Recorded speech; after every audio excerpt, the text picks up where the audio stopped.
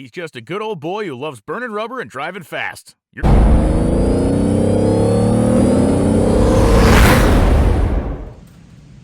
got a little summer shower happening outside. We also got Dentley on the old bin pack. I have not put the wheelie bars back on. Basically, we unloaded Dentley from going to the dyno at Comp Cams. I got it on the lift, and if you watch that video, if you haven't, please go and watch it, and you will see where we popped open our intercooler for the second time.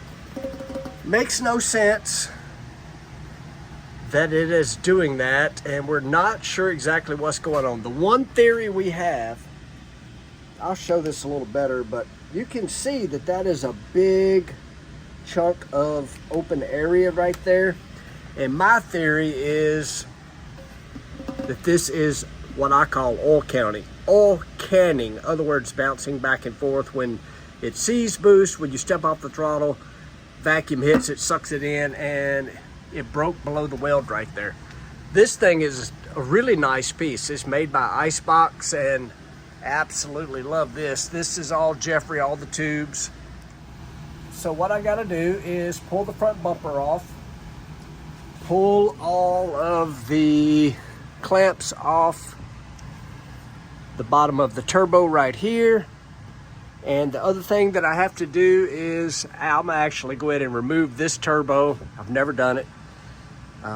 Jeffrey did all of this. So I'm gonna remove this turbo and our custom Lutz built exhaust log, I guess you would call that,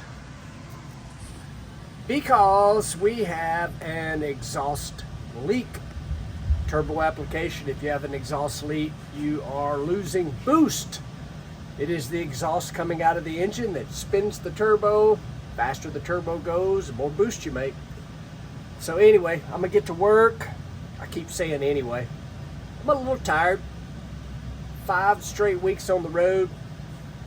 Came home for about 24 hours in between Denver and Seattle. And then hopefully y'all watched the trip that I made in between Seattle, Sonoma. Flew home again for about 36 hours, I'd say, because we took Dentley to the dyno as soon as I got home. Hopped on an airplane, flew to Let's Race Cars, and we went and worked on the Scholarship GTO. Just got back home. I just changed the oil in the generator on the motorhome. We're getting ready for Topeka, but I want to get the intercooler out, and I'm going to take that back to my buddy Mike Abbott at Steel Rose Metal Co. And we're probably going to beef this thing up. Mike had said something about that when I got him to weld it when it broke the first time. I thought we just had something goofy going on. Once is an anomaly, twice is a problem. We have a problem with the intercooler, and I do think it's just too much surface area unsupported. So we're going to do something different on that. I am going to go to work. All right, got the bumper off. We have got the intercooler out, and we'll head towards that next. But now that I got it out, I wanted to kind of show you what I think is happening and what my idea is to prevent it from happening again.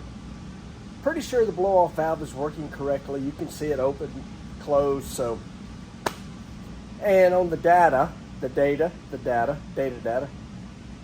we see no spikes when you shut the throttle. So when you shut the throttle, if the blow-off valve was not working, you would see a spike in boost. We don't see that. So anyway, this is the intercooler. I got it upside down. I've absolutely flipped up on its nose at the moment. But you can see how big this is. So Jeffrey and I talked about this a whole lot. This is made out of 1/8 inch aluminum, and he said that's what they make. All of them are made out of 1/8 inch. The tank is made out of 1/8 inch. So the weld is cracked right here. Well, it's not really the weld, it's right by the weld. So my idea is, and I think this is what we should do. I don't know why I just made a circle. So I want to put about a inch and a half wide piece of aluminum all the way across here. After this is repaired, weld that piece of aluminum. Basically that would become like a 1/4 inch piece. And then I would like to poke a hole, probably 2 of them, like maybe here and here, all the way through, put a tube through each side and weld it up.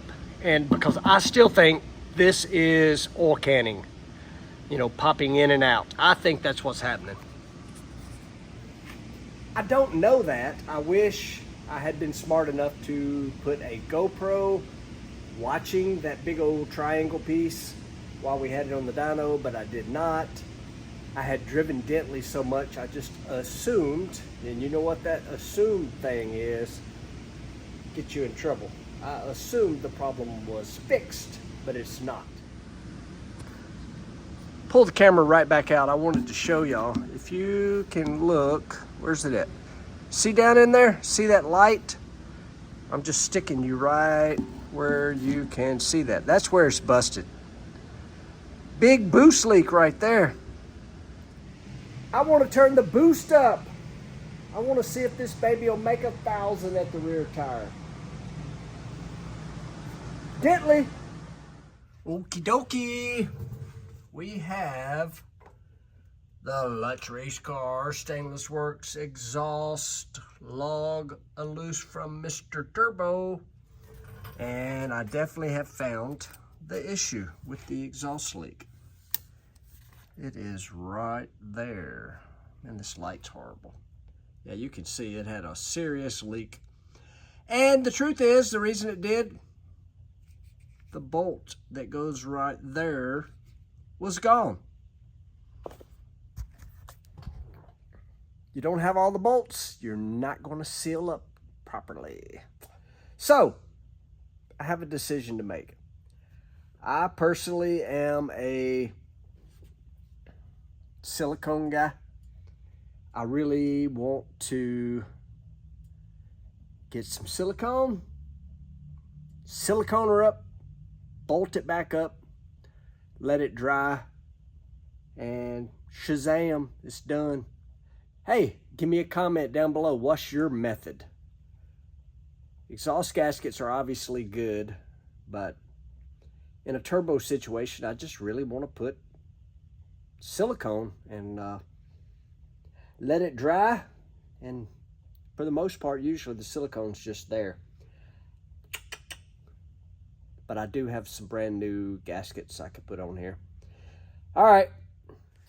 So I just saw something that's pretty funny on the bumper of Dentley here. See all this looks like mud, dirt, whatever. It's actually pretty much everywhere under the front bumper of Dentley. I know why. So Dalton, which this was his truck, I gave it to him. Donna and I did. And if you don't know the story, real quickly, I'll tell you the story. So this was my truck, 2004 Ram 1500. I bought it with like 20,000 miles on it, whatever. Gave it to Dalton, and it became named Dentley because, like most parents will know, you give a teenager a vehicle, it's going to get dented. Dalton being my kid, it probably did more burnouts than should have ever been done from him and me.